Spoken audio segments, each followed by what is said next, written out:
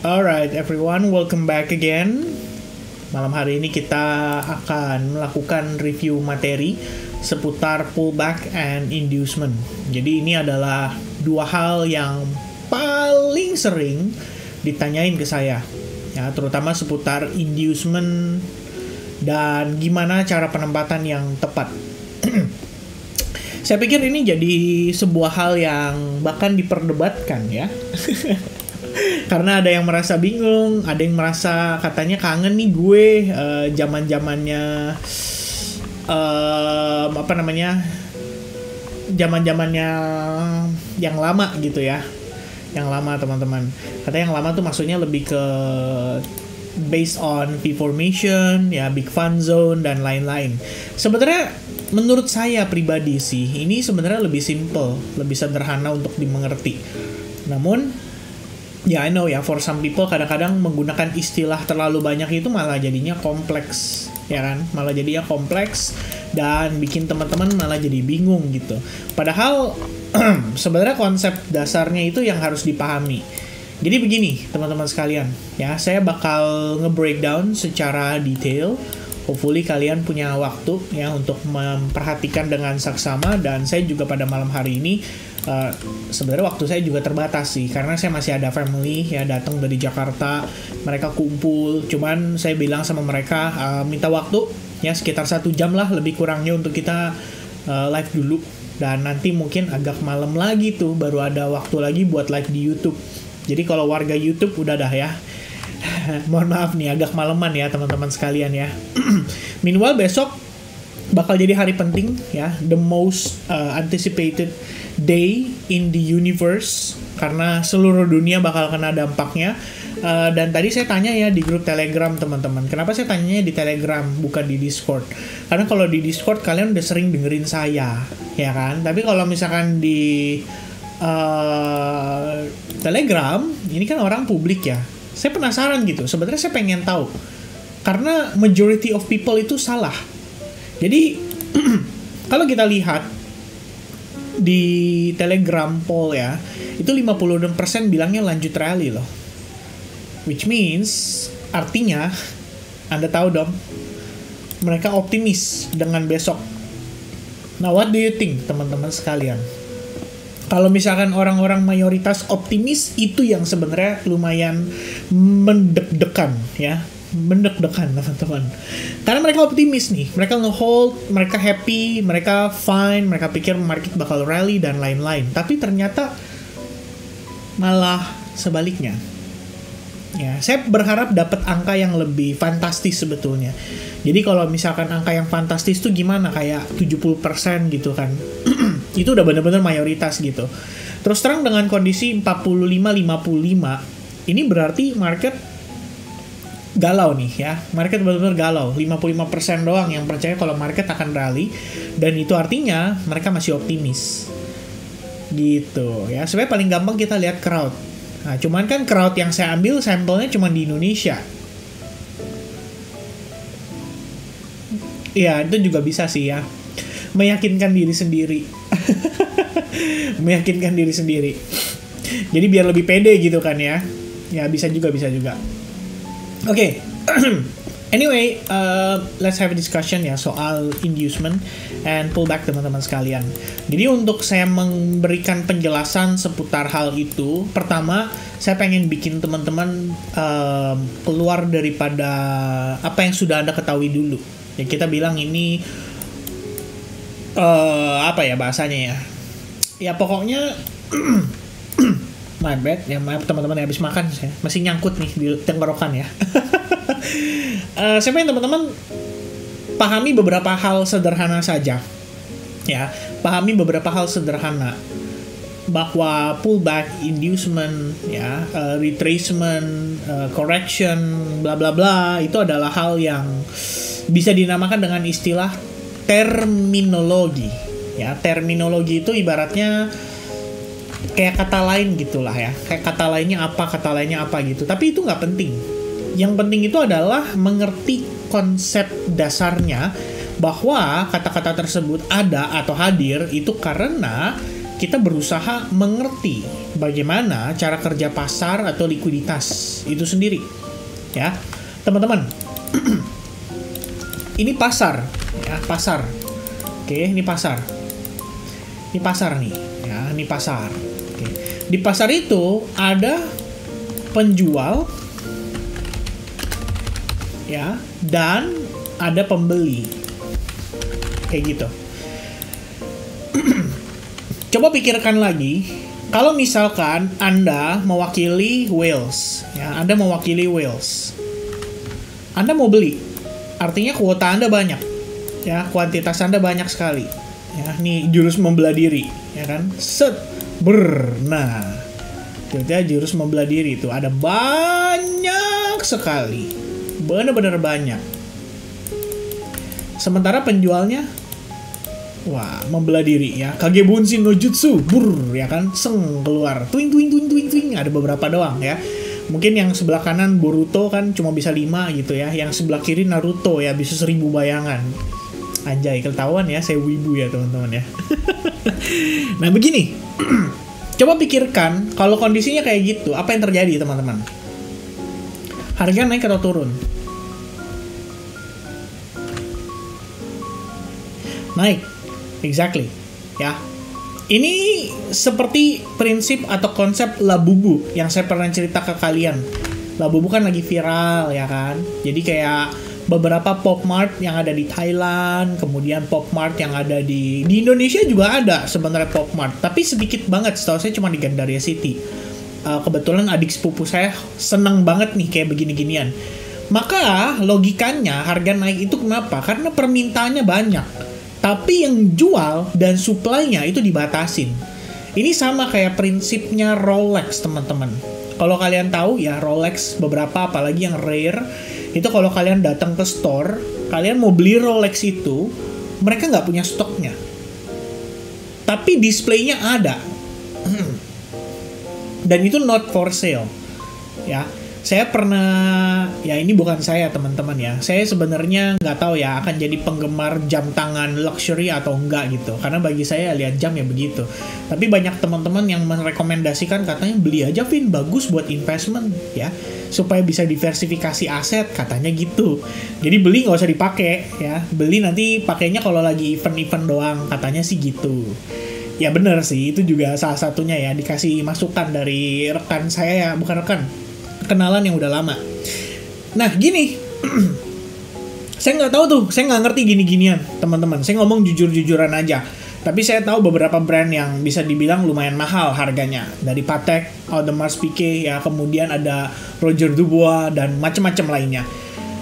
Karena sepupu saya atau saudara saya ada yang kolektor. Dia seneng memang koleksi jam tangan seperti itu.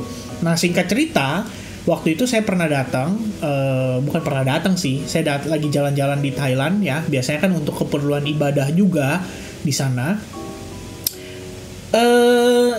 Saudara saya ini nitip saya nanyain satu jam tangan Omega yang kebetulan rare. Dan for the first time masuklah saya ke store itu. Ya, saya nggak pernah tuh masuk ke store ya kayak Watch Time, kayak In Time, kemudian apalah ya itu yang pokoknya yang mahal-mahal teman-teman sekalian. Karena nggak kepikiran atau mungkin belum kepikiran ya, mungkin belum waktunya ya. Kalau nanti tunggu udah usianya 30-an something atau 40-an something mungkin baru kepikiran. Nggak tahu juga sih ya. Ya anyway, masuklah saya tanya, excuse me. Do you guys have this watch? Tunjukin dong itemnya teman-teman sekalian.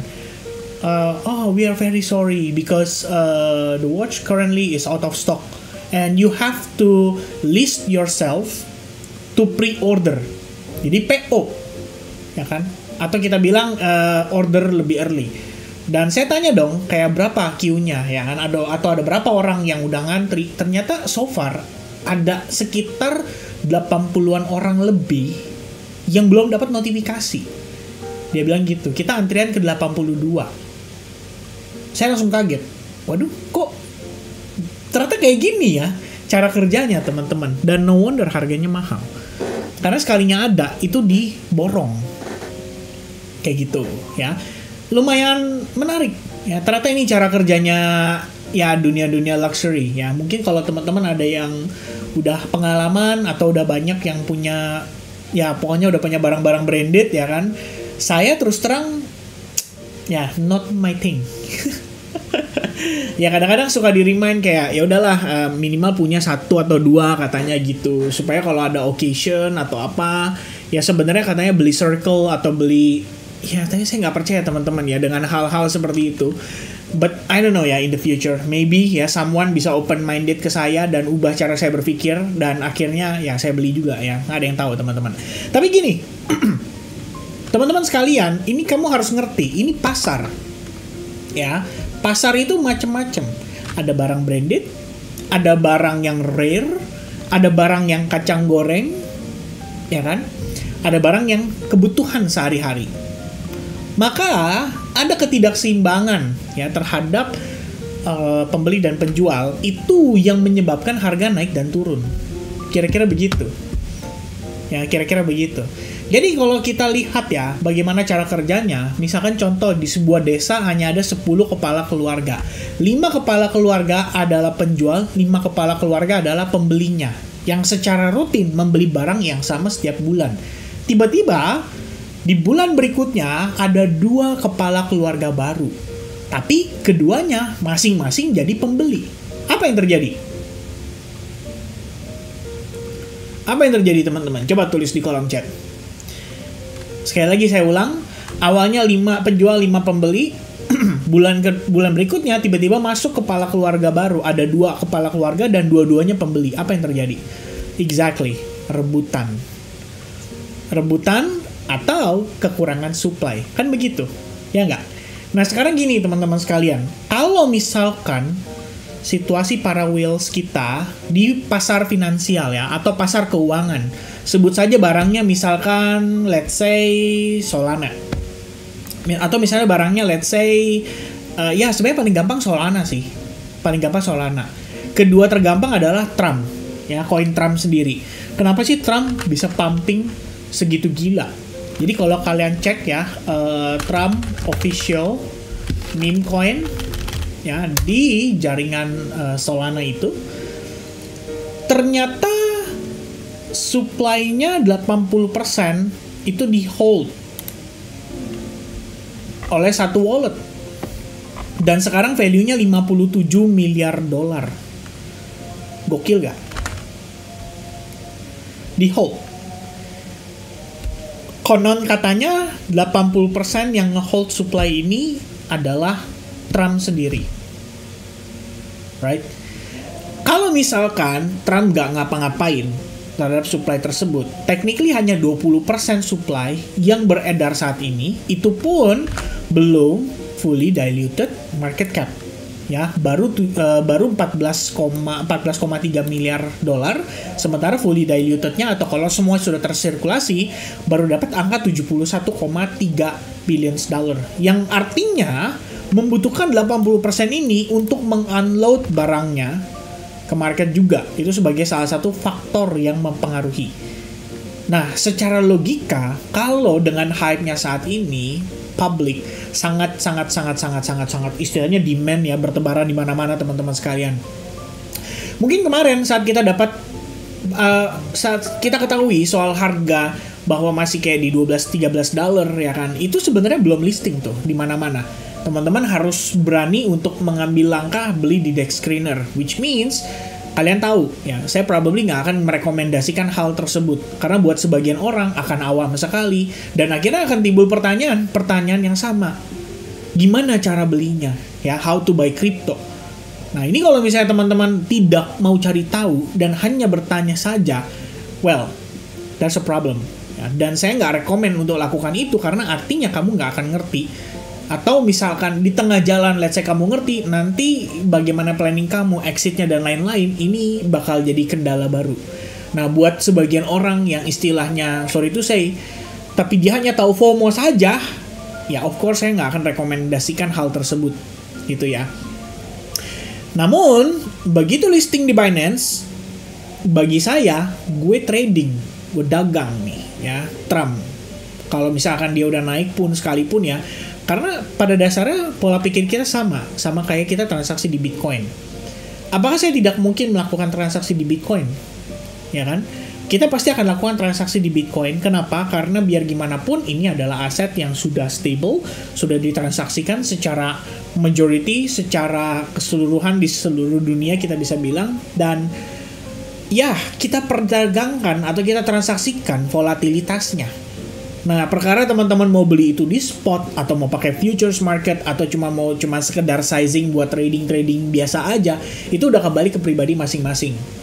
Ya, tapi yang saya pengen remind kepada teman-teman sekalian, ini adalah cerminan market kripto yang sesungguhnya.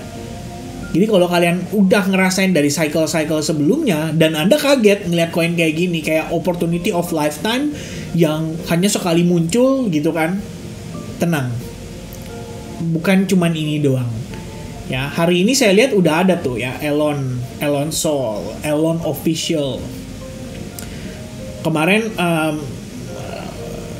kita nggak tahu ada hal-hal tersebut, tiba-tiba hari ini ada. Suddenly orang-orang bikin, teman-teman.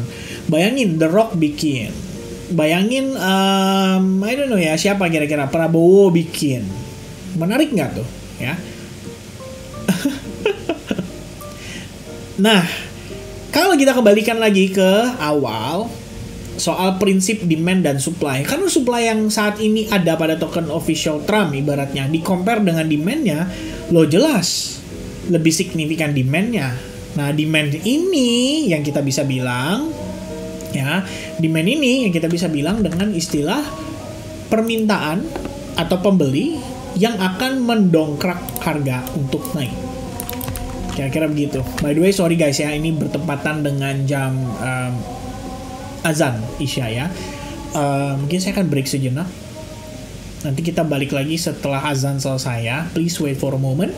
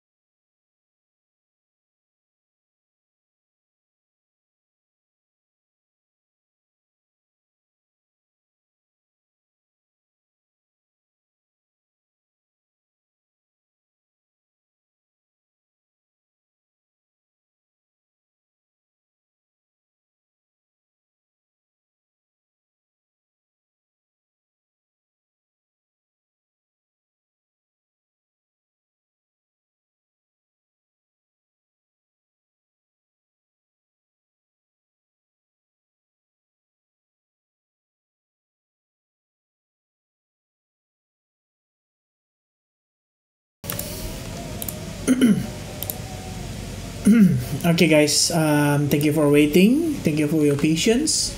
Let's continue ya. Jadi teman-teman sekalian, ini adalah how the market works. Pembeli, penjual.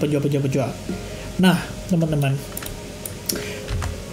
chart, price action, candlestick, line chart, bar chart, apapun namanya, adalah representasi dari psikologis pasar. Oke, please di take note. Psikologis pasar artinya apa yang mereka lakukan pada aset tersebut. Kalau kamu lihat psikologis pasar saat ini pada Donald Trump punya koin, apa teman-teman? Ya kan? Everybody's buying. Ya, Anda bisa lihat a lot of people taking profit along the way. Tapi sampai dengan momen tadi sore aja, tadi pagi ya, everyone still buying. Mereka FOMO. Nah, ini representasi di pasar, teman-teman.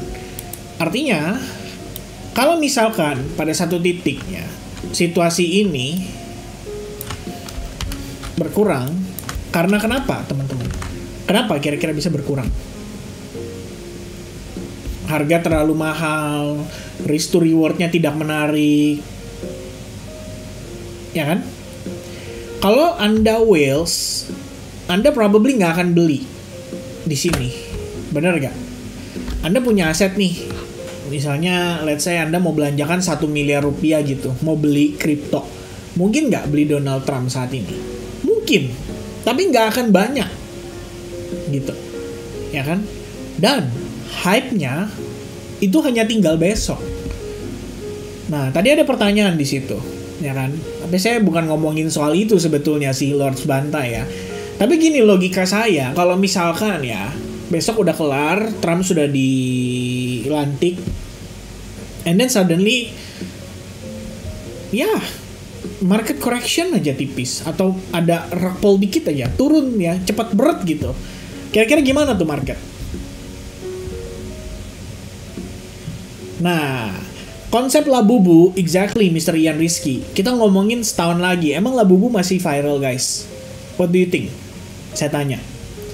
Kalau Labubu masih viral setahun lagi, oke, maybe buyersnya banyak. But, sentimen, tren itu berubah seiring berjalannya waktu.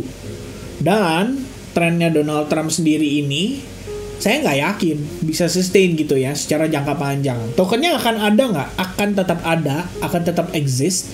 Ya, tapi orang-orang pastinya hanya menggunakan itu sebatas buat trading doang. That's all. Apakah mereka akan beli lagi? Probably enggak. Sampai nanti ada tren yang baru. Kira-kira begitu. Ya. So, pembelinya berkurang. And then yang termultiplikasi misalnya yang ini. Gimana tuh? Ya. Ini berkurang lagi. Yang termultiplikasi yang ini. Gimana tuh? Ya. Ini berkurang. Kembali yang termultiplikasi yang ini. Gimana tuh, teman-teman? Ya, harga jatuh because everybody selling. Dan ya saya nggak maksudnya kita bisa lihat gitu kan, kayak transactions yang terjadi di sini gitu. Lebih banyak mana? Hijau, merah, hijau. Yang hijaunya sekarang masih banyak gitu. But probably orang-orang yang ngebeli dengan nominal di atas 5.000 US dollar deh kita ngomong, mungkin akan semakin berkurang. Apalagi yang di atas 10.000 dan apalagi yang di atas 100.000 akan semakin berkurang gitu, ya kan? Kita nggak ngomongin Trump-nya by the way guys, tapi saya pengen coba gunakan Trump official coin ini sebagai jalan untuk membukakan pikiran kalian nih, gimana cara kerjanya si market saat ini, oke? Nah, ini kita ngomongin itu dulu. Sampai sekarang di tahap pengertian pasar, udah paham belum? Paham ya? Oke, good. Now, let's use the chart. Ya, let's use the chart.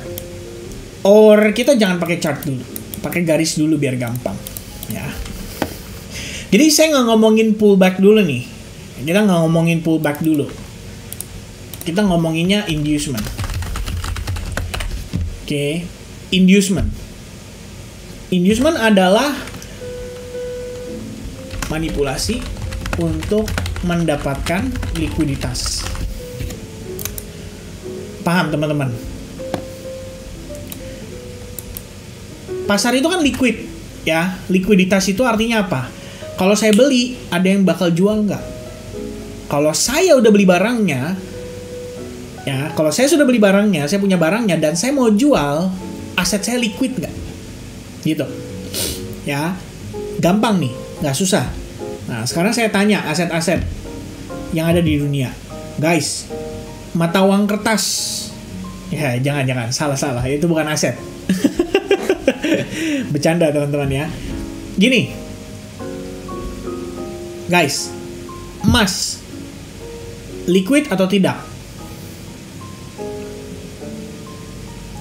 Oke. Ya, Anda loh, emas nggak liquid. Masa, Pak? Kalau saya sekarang punya emas, and then saya datang ke toko emas, kira-kira bakal ditolak emas saya? Nggak mungkin. Pasti akan diterima kalau saya mau jual, ya. Mungkin ntar dia pakai cost lah, ini ngurang-ngurang sebelah dan lain-lain. Oh, mas sebelah nggak ya? Oke. Nah, silver liquid nggak? Cukup yes or no aja guys, Y or N gitu. Oke. Oxno harganya aja turun pada waktunya ya. Oke, kita kesampingkan dulu deh ya. Kita kesampingkan dulu hal itu. Saya cuma mau tanya hal sederhana. Biar saya tahu teman-teman ngerti nggak nih konsep liquid atau tidak, ya. Oke, properti liquid atau tidak? Tuh ya, udah ngerti dong. Berarti teman-teman, ada yang bilang liquid, ada yang bilang tidak, ya kan? Nah, saya rasa itu udah cukup. Ya, saya rasa itu udah cukup sebagai sebuah contoh supaya teman-teman tahu mana aset yang liquid, mana aset yang tidak liquid, ya. Anda sebagai whales, Anda beli sebuah rumah yang nilai harganya misalnya 5 miliar rupiah dengan istilah kalau harga ini masih bisa naik sampai 8,5 miliar atau bahkan 12 miliar dalam 3 tahun ke depan. Anda pasti pikir-pikir, kenapa? Kalaupun harganya naik, asetnya tidak liquid. Kalau saya sewaktu-waktu butuh uang, nah, saya nggak bisa likuidasi aset itu. Makanya kita bilang asetnya liquid atau tidak. Nah, manipulasi untuk mendapatkan likuiditas. Artinya, kita tahu oposisi atau whales-nya itu lagi pengen membeli atau lagi pengen menjual. Oke? Karena whales-nya pengen menjual, apa yang dibutuhkan teman-teman? Pembeli. Tadi udah ngerti. Kalau whales-nya mau beli, apa yang dibutuhkan? Penjual. Tadi udah ngerti. Ya. Nah guys, begini. Dalam ilmu technical analysis yang sudah di-develop sedari dulu, dari zaman saya masih bayi, karena memang udah ada teman-teman. Candlestick itu udah lama ya. Tapi kan dulu bukan zaman digital, jadi orang mesti nyatat sendiri, mesti gambar sendiri gitu kan. Makanya sebaik prinsip mengerti candlestick aja itu penting juga. Nah sekarang begini guys, let's say harga membentuk support lalu dia naik, break dari resistance. Oke, ini resistance yang sekarang berpotensi menjadi support. Orang beli nggak? Kalau technical analysis ngajarin untuk beli nggak? Beli, betul ya. Lalu tiba-tiba terbentuklah ini.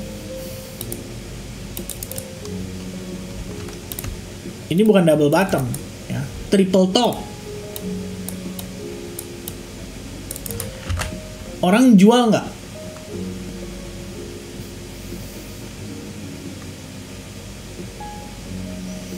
Jual, good. Ya, kenapa kata triple top bisa artinya tanda reversal? Tiba-tiba break. Nah, keluar prinsip baru. Semakin resistance dites, maka akan semakin gampang break. Kok kontradiksi ya? Katanya kalau 3 kali tes itu jadi triple top. Artinya ini bearish reversal pattern. Tapi kalau sering dites, artinya nanti akan break. Maka semakin resistance sering dites akan semakin gampang break. Nah sekarang terjadi sudah break teman-teman sekalian, ya sudah break. Pertanyaan sederhana, beli atau jual? Retail. Retail nih, bukan whales ya, ikan teri. Beli. Kenapa? Break resistance, time to buy. Resistance become support, ya kan? Price naik, and then dia turun. Ya kan? Bahasanya adalah fake out. Masih ada yang beli nggak? Masih. Kenapa? Strukturnya bullish, Fibonacci, supply demand. Benar nggak? Ya kan, order block. Silakan tambahkan sesuka kalian. Nah, patokannya ini. Oke. Lalu harga mengalami kondisi ini.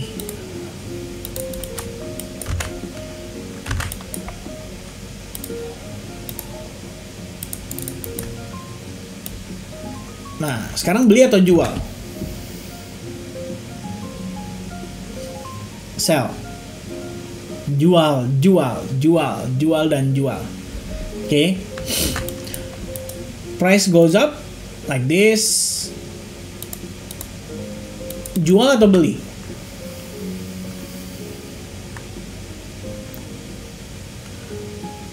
Nah, masih jual ya. Sell. Yes, exactly. And then ini terjadi.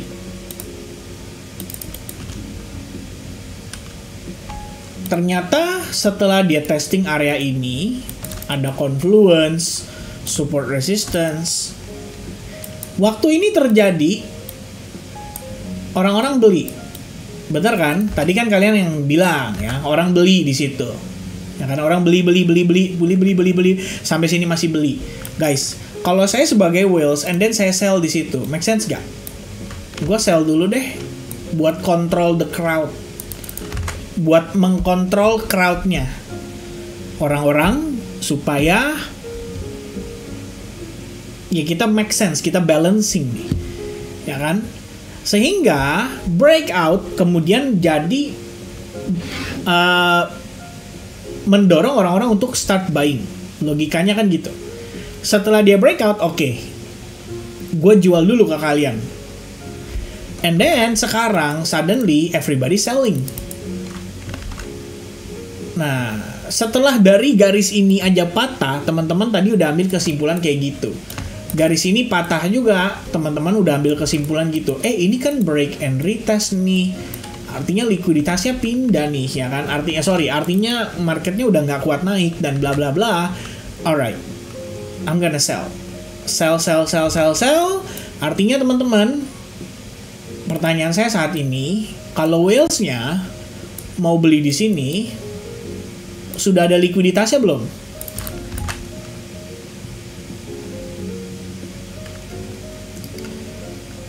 Ada. Betul sekali. Nah, artinya sekarang kalau saya tanya di sini teman-teman ya, nih biar gampang aja. Ini dolar kan, itu likuiditas tuh, line of liquidity. Ini juga sama, line of liquidity. Kenapa? Karena setelah level atau trend line itu berhasil di break, menimbulkan orang-orang untuk mengambil keputusan yang sebaliknya dari tren yang sedang berlangsung. Nah, pertanyaan saya saat ini gampangnya gini. As a whales,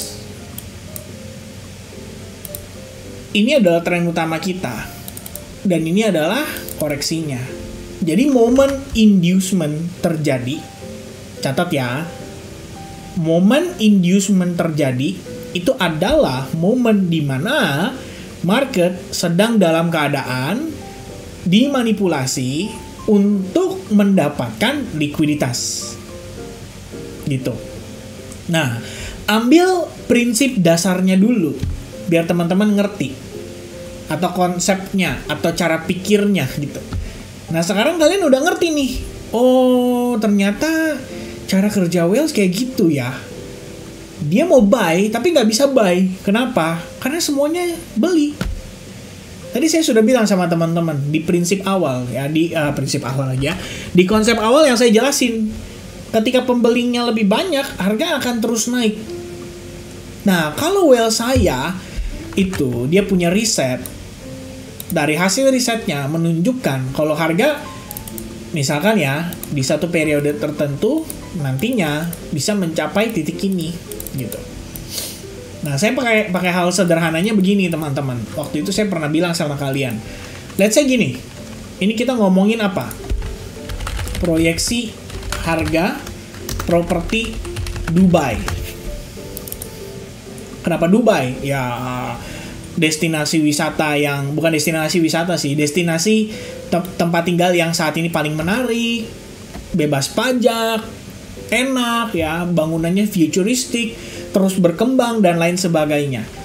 Nah, proyeksi harga Dubai itu nanti akan di sini, teman-teman. Suatu saat nanti gitu, yang akan mencapai titik sekian gitu kan. Nah, teman-teman sekalian dalam prosesnya ya kan, para whales itu kan pasti building dulu, building, and then boom, pelan-pelan pasarnya naik ya, harga pasarnya naik. Kenapa harga pasarnya naik? Lo permintaannya banyak. Ya kan?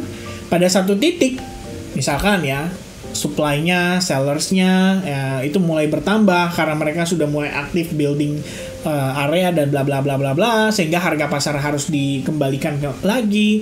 Dan pada satu titik mereka menjual ya kan, properti ini dijual sama mereka, teman-teman sekalian.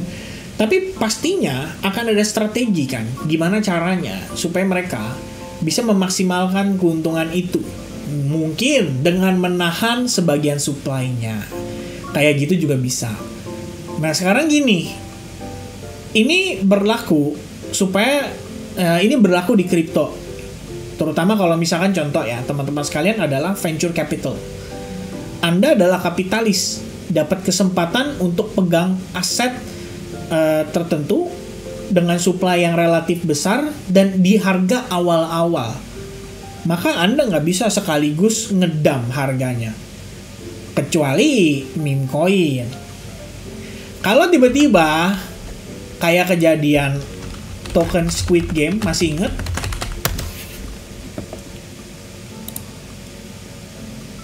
Token Squid Game, tuh.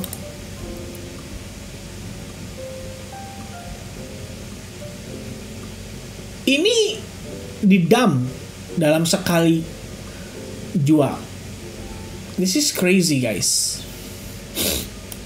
Didam dalam sekali jual. Dan betul banget yang ada live-nya, rug pull live, ya kan? Bisa nggak? Loh, bisa. Di kripto itu mungkin untuk terjadi hal-hal seperti itu. Ya, saya sih nggak kepikiran ya, apakah Donald Trump akan lakukan itu gitu kan.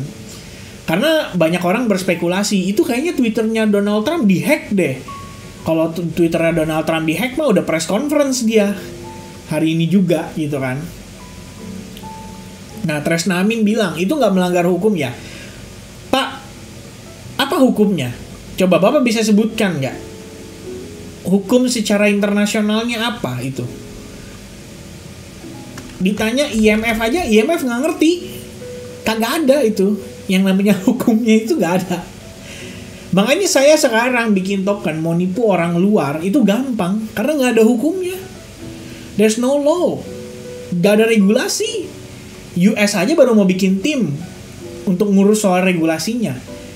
Minta Charles Hoskinson jadi penasehat. Jadi kripto itu gak ada hukumnya. Gitu. Yang ada hukum rimba aja, betul, hukum alam. Kira-kira begitu. Biar paham ya teman-teman sekalian. Jadi sampai di mana tadi kita? Ya, kalau misalkan kita ngomongin Anda adalah whales itu, Anda pengen jual asetnya, nggak bisa secara sekaligus.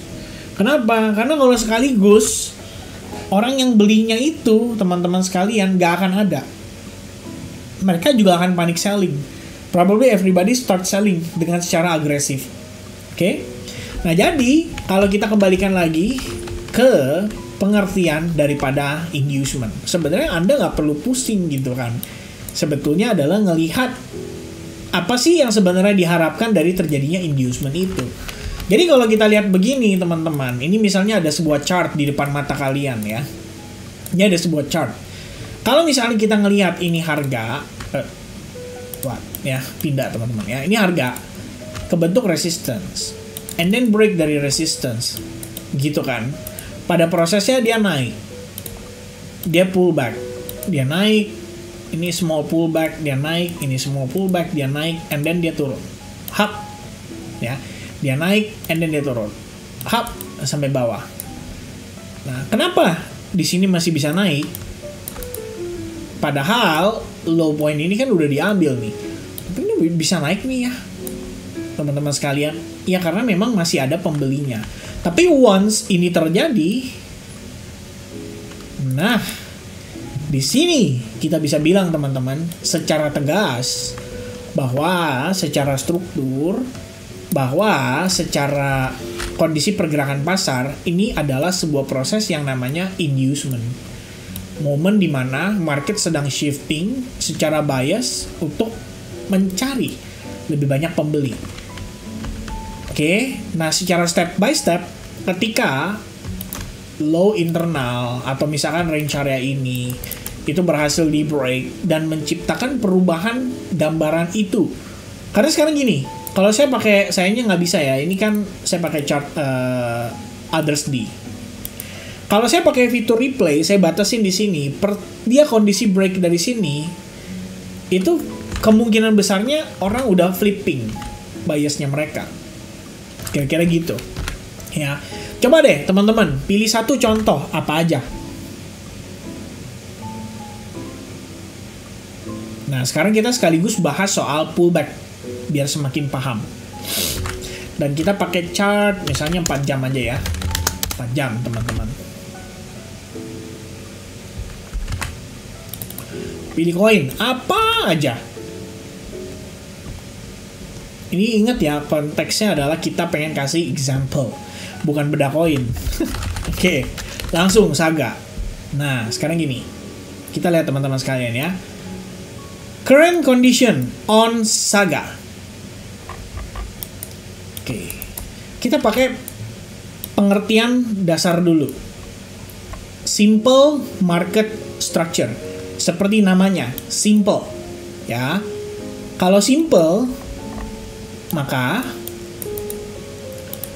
kalau simple ya, high, low, ini high and then low. Betul? Sampai di sini?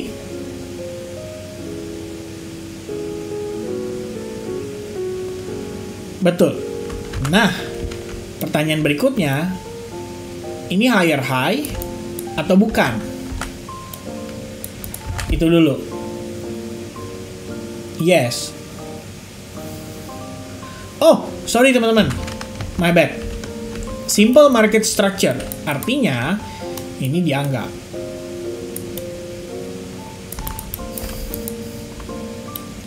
Tuh ya. Jadi gini.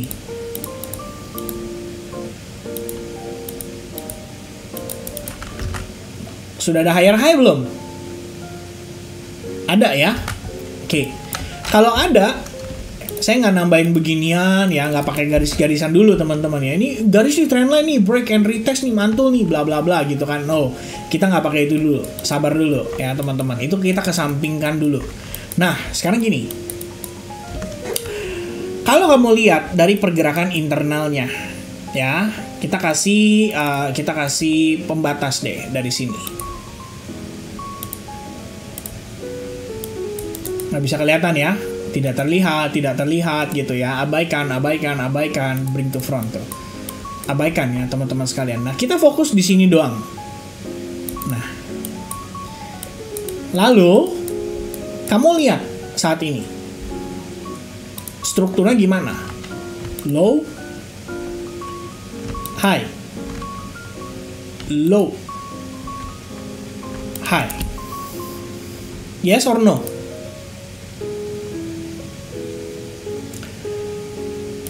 Gampang ya, nggak susah ya. Pokoknya ini low, high, gampang ya teman-teman, nggak susah. Nah, pertanyaan saya simple. Kalau misalkan low point saat ini itu terletak di level ini, pertanyaan saya simple, gini dulu. Teman-teman, menurut kalian, apakah retail saat ini jualan?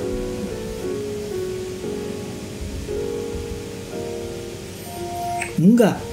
Retail akan beli.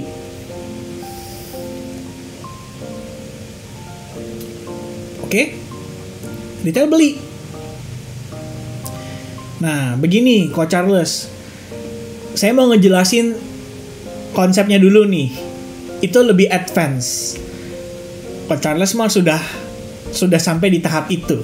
Artinya dia sudah mengerti. Ya. Karena begini kok, saya jelasin yang advance, yang beginner dia ngangong ya, bingung. Ini maksudnya gimana ya, gitu kan? Jadi saya menyadari kalau kita harus bikin teman-teman itu ngerti dulu, ya kan? Teman-teman saya harus bikin kalian ngerti dulu. Nah sekarang gini kok, oke, kita abaikan si insight bar. Kalau saya turun time frame, saya tunjukin kepada teman-teman di 60 minute ini kan higher low ya, itu memang insight bar bagi yang paham, tapi bagi yang tidak paham ini adalah higher low. Nah pertanyaan saya sederhana, kalau misalkan ada retail yang menganggap bahwa level ini adalah support resistance-nya, dia tidak akan jual karena ketahan di level support, jadi dia akan berharap harganya bisa mantul. Nah sampai di titik ini everybody still buying. Secara gampangnya kayak gitu. Ya, secara gampangnya kayak gitu. Nah, kalau misalkan nanti harga Saga kayak gini, apa tuh artinya teman-teman? Support becomes resistance. Waduh, low di break. Waduh, reversal. Waduh, ini mah sellers ya kan?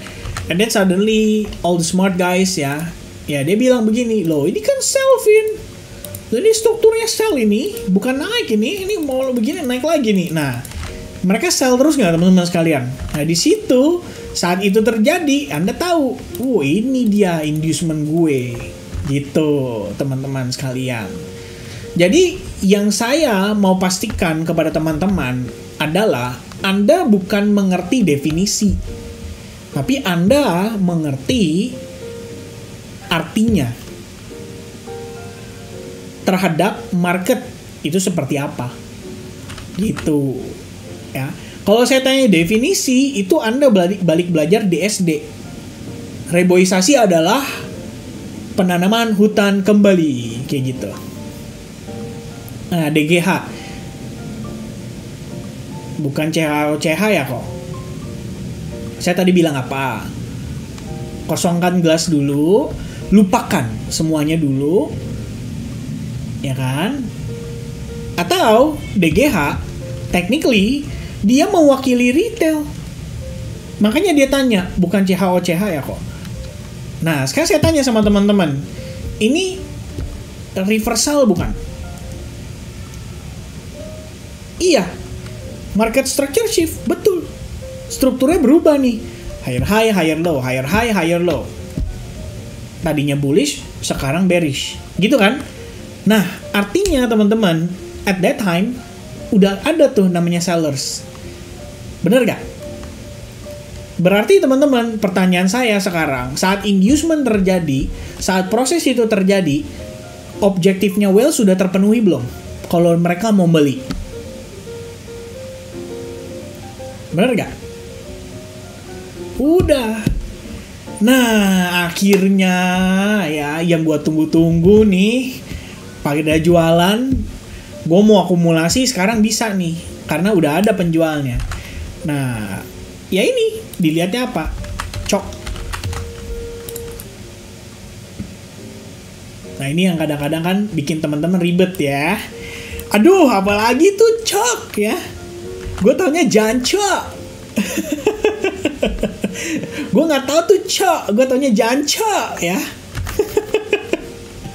Makanya terminologi kebanyakan ribet. Saya pakai yang gampang. Market structure. Gampang nggak? Oh iya, struktur. Shift itu artinya berubah. Ya, market structure, shift, berubah. Kalau change of character, lah emang karakter dia gimana tadinya?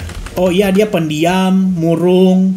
Sekarang dia jadi semangat gitu kan. Karakter ya. Jujur aja, saya sudah, menurut saya ini udah gitu loh. Change of character. Jadi karakter dia tadinya pendiam, sekarang jadi semangat, cheerful ya kan, gembira, riang gembira. Oh ternyata asetnya ini teman-teman. Ya ternyata asetnya apa? Asetnya moody, ya kan? Moodyan nih asetnya. Kadang-kadang bad mood, kadang-kadang good mood. Makanya dia bentar-bentar change of character, suka berubah karakter. Oh gitu ternyata. Nah, hilangkan coba ya terminologi yang ribet itu dulu. Kita pakai yang gampang dulu. Bahwa market reversal, intinya kan itu. Ya. Actually, inducement bagi saya, kalau kamu search nih, inducement dalam trading adalah strategi yang menawarkan peluang. Ya ampun, ya. Terbalik. Oke, sebentar ya. Inducement dalam trading dulu. Tuh, inducement dalam trading adalah bujukan yang dibuat untuk membuat pergerakan harga palsu. Bujuk ini dibuat oleh pedagang institusional atau uang pintar alias smart money untuk menarik pedagang eceran ke posisi yang merugikan. Oke. Pertanyaan saya gampang. Masuk nggak definisinya teman-teman? Masuk nggak? Definisi dengan apa yang saya jelaskan cocok nggak? Cocok, ya udah saya pakai. Udah itu aja. Nah, DGH bilang itu change of character. Artinya saat ini ada orang yang with the flow dan inducementnya sudah berhasil. So technically saya bisa bilang objektif dia terpenuhi. Maka setelah ada inducement baru ada high point dan low point. Set. Tuh. Baru ada high point dan low point. Kalau kamu lihat di 1 jam, terus kamu bilang, Vin, tapi di 1 jam ini market structure shift. Exactly, betul. Tapi bagi 4 jam alias whale saya, ya kan? Makanya saya tanya lagi sama teman-teman. Sekarang saya tanya sekali lagi sama teman-teman. Menurut kalian, para whales ini, apakah transaksi menggunakan time frame 5 menit?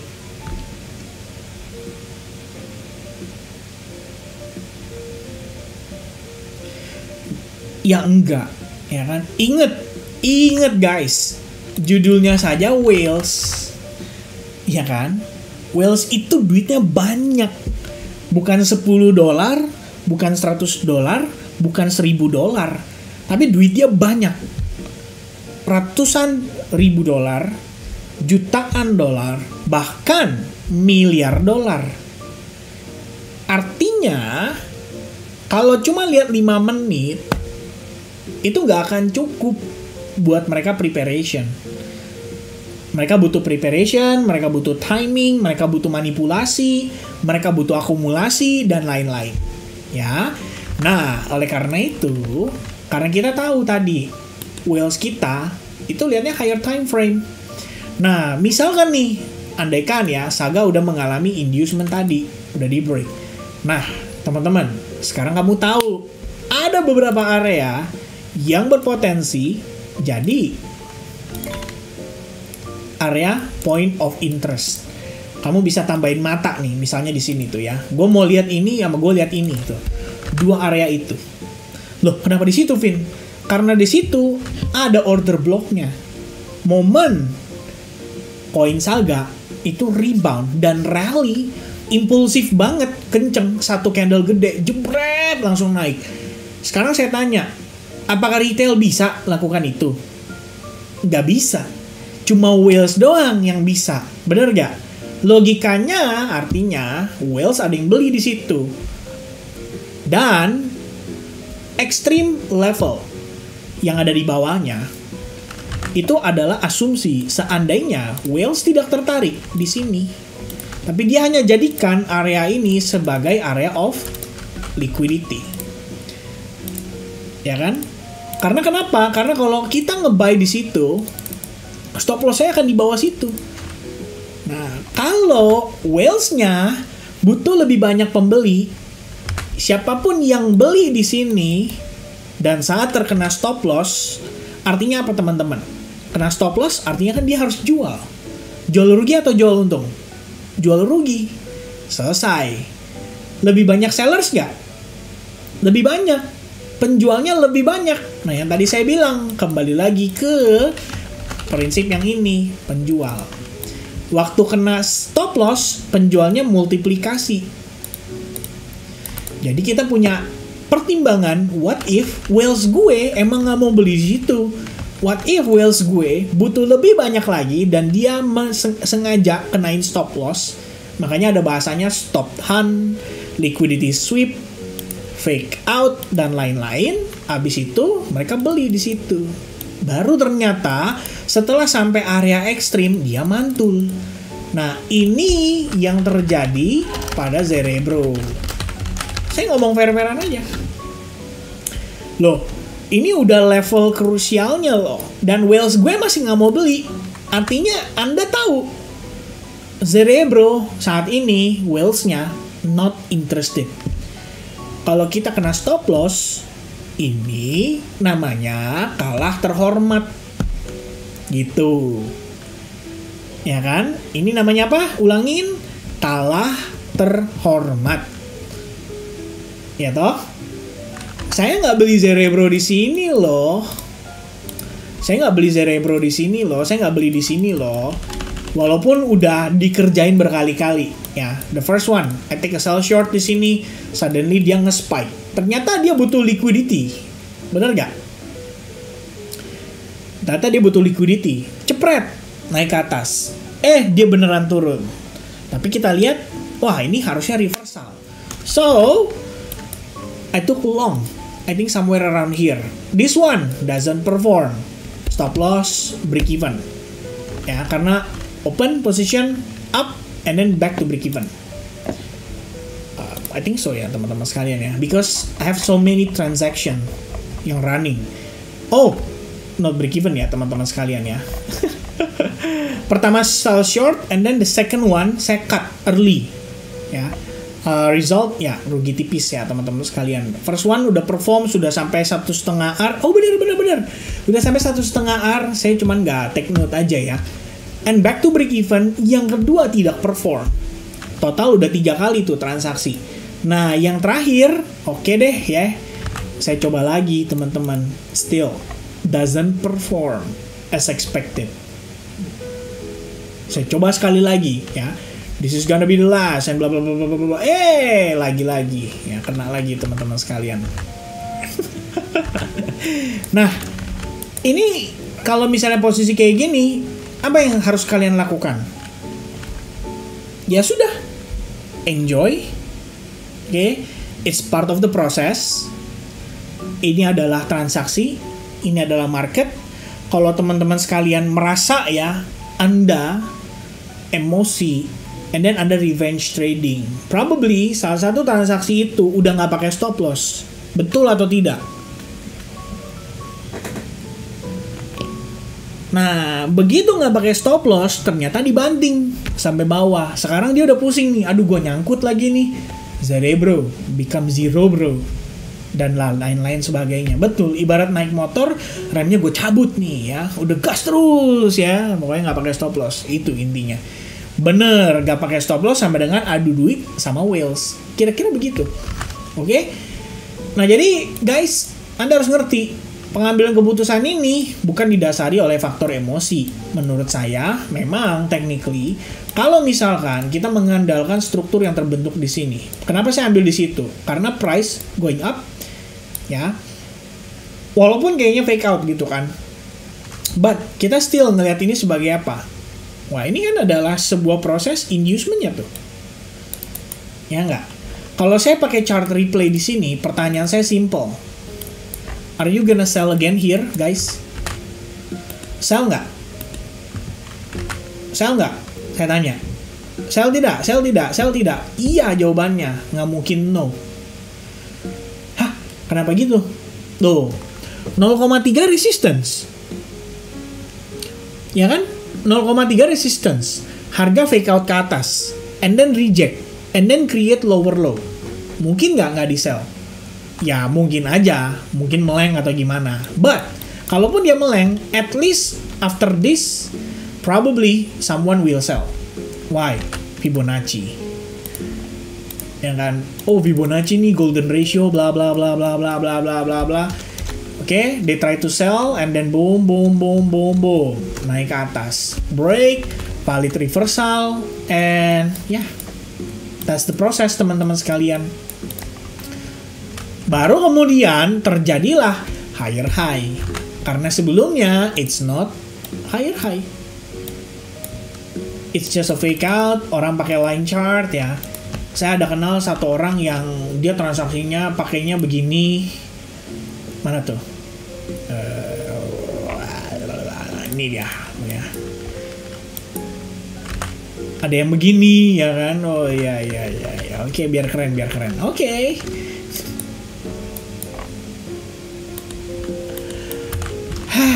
Ya. And then harga turun. Retesting ya, balik ke fair value gap, ada internal OB, right?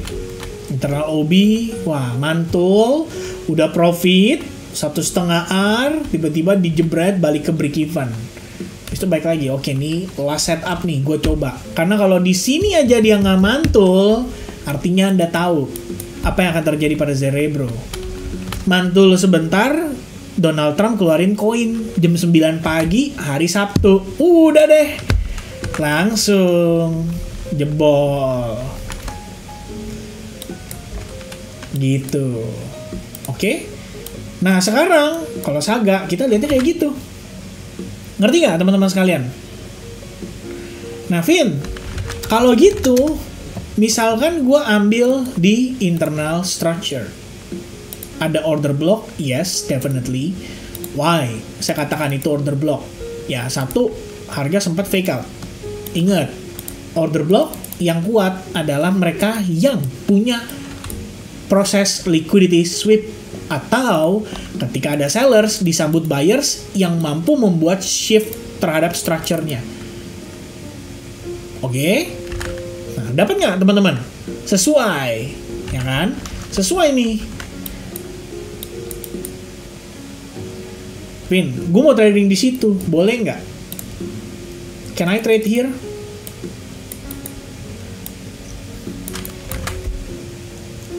Boleh. Valid. Anda follow the trend, Anda follow the structure, Anda lihat di situ ada area yang menarik, Anda bisa manfaatkan, that's your setup. Tapi Vin, begini, begitu, nggak ada tapi teman-teman. There's no but. No but. Ya. Oke. No but. Oh, salah ya. Maksudnya no but. No but. There's no but. That's it. No but. Oke. Pokoknya gue fokus struktur. Gue tradingin setup yang ada. That's all. Nah, Fikar bilang, reason penempatan stop loss sedikit di bawah previous low untuk antisipasi liquidity sweep. Yes, itu salah satunya. Nah, sekarang begini teman-teman. Ini setup. Ya. Ini setup. OB, krusial. Ya kan? Tadi di time frame 4 jam kita sudah lihat. Ada nih, tuh. Ya kan? Ini 4 jam nih, tuh. Tadi OB-nya begini. Nah. Ini setup. Misalnya begini. Ya, actually sebenarnya nggak gitu sih. Actually sebenarnya gini. Anda follow trend kok. Artinya Anda mengharapkan apa? Dia naik. bahkan sampai menciptakan higher high, kan begitu. Nah sekarang ada yang terakhir teman-teman.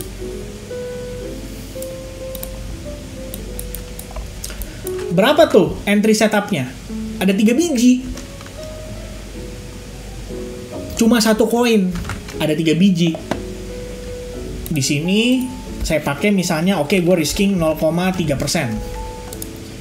Oke, I'm gonna risking more 0,3% kalau dia sampai ke point of interest yang kedua. And then the last one I'm gonna use 0,4%. Nah, loh Vin, kalau kayak gitu namanya kita nyoba-nyoba terus dong, ya kan? Loh iya. Ini kalau teman-teman gak mau pusing, pokoknya ada setup, gua hajar, ada setup, gua hajar, ada setup, gua hajar. Di sini rugi 0,3 misalkan. Tapi kan ini udah running nih. Udah 1 R belum, teman-teman? Belum ya. Belum 1 R. Tapi hampir. Seandainya udah running nih, dia balik ke break even and then dia turun. Anda 0 di sini. Tapi Anda tepat tuh menempatkan area entry-nya, OB-nya, idenya semua masuk. Ya kan? Tapi let's say nggak ada kejadian begitu. Let's say harganya langsung begini. Terus gue pakai limit gara-gara gue malas pantau, nggak mau pakai alert, nggak mau pakai alarm dan bla bla bla. Pokoknya udah begitu harga nyampe situ gue set limit, kena bablas, rugi gue. Ya udah, ya udah teman-teman. Udah rugi 0,3%, ya udah, fine. Waiting for the next one, 0,3%, ya udah. Kena stop loss lagi, rugi lagi, ya udah. Bablas sampai bawah. Gara-gara Donald Trump dilantik, sell the news event. Terus gimana teman-teman? Loh, modalnya, ya kan? Modal kalian 10.000, risknya 1%. Berarti total rugi $100. Emangnya bikin jual kolor? Kan enggak. Iya kan? Biasa aja. Asalkan jangan udah pencet di Saga, pencet lagi di Mantra, pencet lagi di BNB, pencet lagi di Cardano, pencet lagi di Doge, pencet lagi di Solana, ya total 10%. Sekali kena, ya sama aja amsyong. Itu namanya. Gitu. Jelas nggak teman-teman sekalian? Jadi pada prinsipnya inducement adalah sebuah proses untuk membuat para pelaku pasar flipping their bias. Sehingga terkesannya seperti anjir gue dimanipulasi nih, gue pikir bakal turun atau gue pikir bakal naik. Ternyata masih turun, ternyata masih naik, kayak gitu. Nah, Vin, kalau gitu gue nggak mau open di sini gimana, Vin? Kalau misalnya gue nggak ngambil di sini, ya udah, hilangkan. Anda rugi 0,7%. Vin, gimana kalau gue di sini gue tambahin jadi 0,4%, and then di sini gue ambil 0,6%. Can I? Yes, you can do it. Vin, tapi gue kayaknya nggak yakin deh di sini. Ini gue ilangin juga. Fine, no problem. Wow. Apa sih itu barusan? Ada yang lihat gak? What the hell, koinnya bisa begitu nggak tuh? Anjir ya, live. Oke guys, ini definitely saya bakal upload sih. Ini bakal saya upload, sumpah, saya bakal upload ini di YouTube. Gila, ini sih gila banget ya, what the fuck moment ini. Anjir, random dong. Tiba-tiba loncat nggak tuh? Anjir, gila 1 detik doang. Anjir, gila. Atau kalau entry long udah kena TP tuh. Udah 3R dia tuh. Kalau pakai TP. Kalau enggak ya kayak kemarin tuh Doge ya kan, 3R nggak pakai TP. Aduh, balik ke break even ya kan. Kayak mudeng. Udah 3R buka pagi lupa pasang TP. Aduh, balik lagi ya ke break even. Bisa kayak gitu. Ya itu resiko yang dihadapi di pasar, teman-teman. Oke, tak lanjut lagi. Vin, gue cuma mau entry di sini, tapi 1%. Boleh nggak? Ya boleh. Nggak ada masalah, teman-teman sekalian. Malah bagus kalau kamu lakukan itu. Jelas nggak? Anda sabar banget. Anda cuma nyari area yang high probability and then baru entry. Bisa. Gak ada masalah. Gitu. Ya. Malah ini lebih bagus. Kenapa? Soalnya lebih bisa menjaga konsistensi. Dalam tanda kutip di sini Anda tradingkan pokoknya ya yang saya kembalikan lagi ke penjelasan yang sebelumnya. Berbicara soal probabilitas, win rate, risk to reward ratio, dan bla bla bla bla bla. That's it. Itu kuncinya. Teman-teman bisa untung dari sana. Udah. Ya, kalau tadi ada yang bilang kuncinya MM, exactly. Betul. Itu aja. Oke. Nah, saya ambil random. Saya pilih random ya teman-teman sekalian. Kita bahas sedikit. Sorry, balikin dulu. Hapus dulu. Udah paham ya? Saya anggap paham. Rune USDT. Nah, kita ambil ini. Oops. Oke, take a look. Take a look teman-teman sekalian. Sekarang saya tanya. Trend, Rune, gimana? Sell atau buy? Bear atau bull? Nah, udah mantap tuh. Langsung jago. Ini sell. Ya kan, sell. Ini kita kesampingan dulu ya. Plannya Whales apa gitu kan. Saya abaikan gitu. Karena Anda lihat. Overall, ini masih ada tuh Big Fun Zone ya. Kangen banget Big Fun Zone ya kan. Lihat overall plannya Whales apa ya, kita kesampingan dulu gitu. Kalau misalnya mau dianalisa secara keseluruhan kan ya, ini buat spot atau apa gitu. Tapi begini teman-teman. Saya sedang tidak peduli ya, saya nggak lagi bahas koin. Jadi Anda jangan berpikir kalau saya bahas koinnya. Oke, kita objektif, tujuannya satu, belajar hari ini. Teman-teman bilang ini bear, exactly. Why? Karena we have one more lower low di sini, and then ada proses ini. Nah, kalau well saya pengen jualan, ingat mereka butuh apa? Butuh pembeli, ya kan? Nah, untuk ciptakan pembeli setelah previous high point ini terjadi, boleh nggak teman-teman? Sekarang kita beli. Nah, langsung jago tuh. Inducement. Nah, iya. Oke. Nah, ini saya, kalau ada Coach Charles ya. Coach Charles kan orangnya lumayan kritis ya, teman-teman. Dia suka banget nanyain saya soal inducement. Berulang kali. Karena memang lebih baik begitu. Lebih banyak contoh akan lebih banyak mengerti. Tapi permasalahannya, jangan template. Ya, template itu artinya apa? Misalnya teman-teman begini. Anda ngelihatnya, oh, kalau A plus B plus C sama dengan inducement. Pokoknya A plus B plus C sama dengan inducement. Nah, kalau A plus B plus C kuadrat itu bukan inducement. Nah, itu template namanya. Anda harus fleksibel. Karena yang kita analisa bukan garisnya. Ingat, kita bukan analisa candle-nya, bukan analisa garisnya, tapi yang kita analisa adalah apa? Perilaku para pelaku pasar. Jadi kita mengacu pada itu.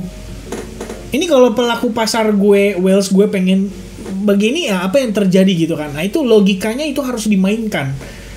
Ya, mungkin buat tahapan awal pasti butuhnya namanya SOP, teman-teman.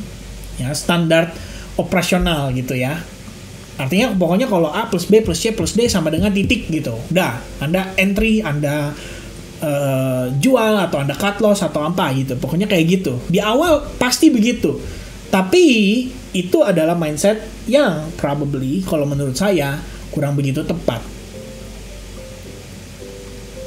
Bisa dibilang kayak gitu Coach Charles. Betul. Nah, itu untuk mempermudah tuh ya ke depannya. Jadi Coach Charles lihatnya lebih ke sana. Makanya ya saya banyak banget ya ngasih example ke Coach Charles yang kadang-kadang saya modifikasi sampai dia bingung sendiri. Karena pemahaman saya bukan masalah di sini. Tapi kemarin saya coba bikin ya dalam bentuk SOP supaya teman-teman ada bayangan gitu. Oh iya, kalau ini terjadi begini gitu kira-kira. Karena begini guys, kalau kamu perhatiin ya, ini high point nih. Lihat. Ingin harga nih. Ini pullback, benar atau bukan? Ya atau tidak? Betul. Ya, betul. Dan dia create lower low. Oke, this is our most recent pullback. Titik. Ya, no debat. Mau tambahin ini boleh nggak, Vin? Boleh. Mau tambahin ini boleh nggak, Vin? Boleh. Kenapa tuh 2 garis yang itu? Iya, karena waktu dia turun, ada proses dia menciptakan pullback tuh. Nah, boleh nggak? Boleh. Silakan. Tapi kalau Anda mau SOP sekalian, ambilnya yang ini doang nih. The most recent low. The most recent high atau low atau pullback yang terjadi. Maka saat ini terjadi, Anda sudah tahu, oke, ini inducement gue. Kalau di 4 jam kan inducement. Coba lihat 1 jamnya. Kelihatan kayak apa, teman-teman? Kelihatan kayak apa tuh? Kayak reversal nggak? Yes. It looks like a reversal, bener nggak? Iya kan? Reversal. Loh, apa kita nggak gila gitu kan lihat dia naik begini, ini reversal? Bukan reversal maksudnya gitu. Ya, some people iya tadi tuh DGH cok ya, jancok ya. Ya cok di situ.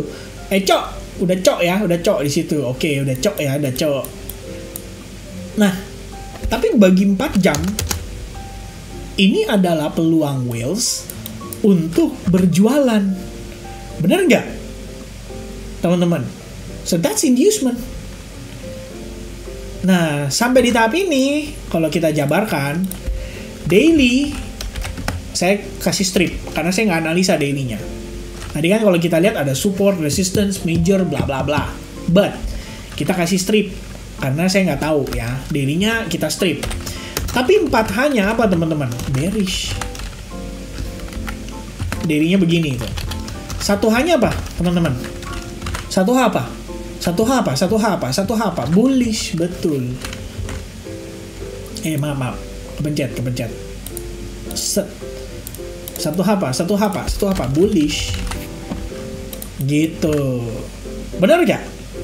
Nah, terus teman-teman nanya ke saya, Vin, ini strukturnya di 1H bull. Can I buy here? Can I? Yes, no, yes, no. Yes, boleh. Anda jadi pemain 1H sekarang. Gitu. Nah, sekarang berbicara soal apa?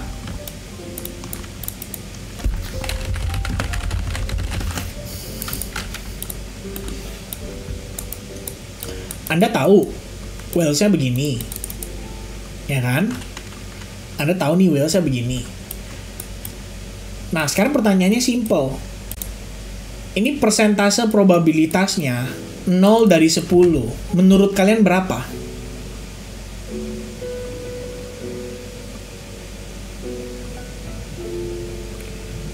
Nol sampai 10.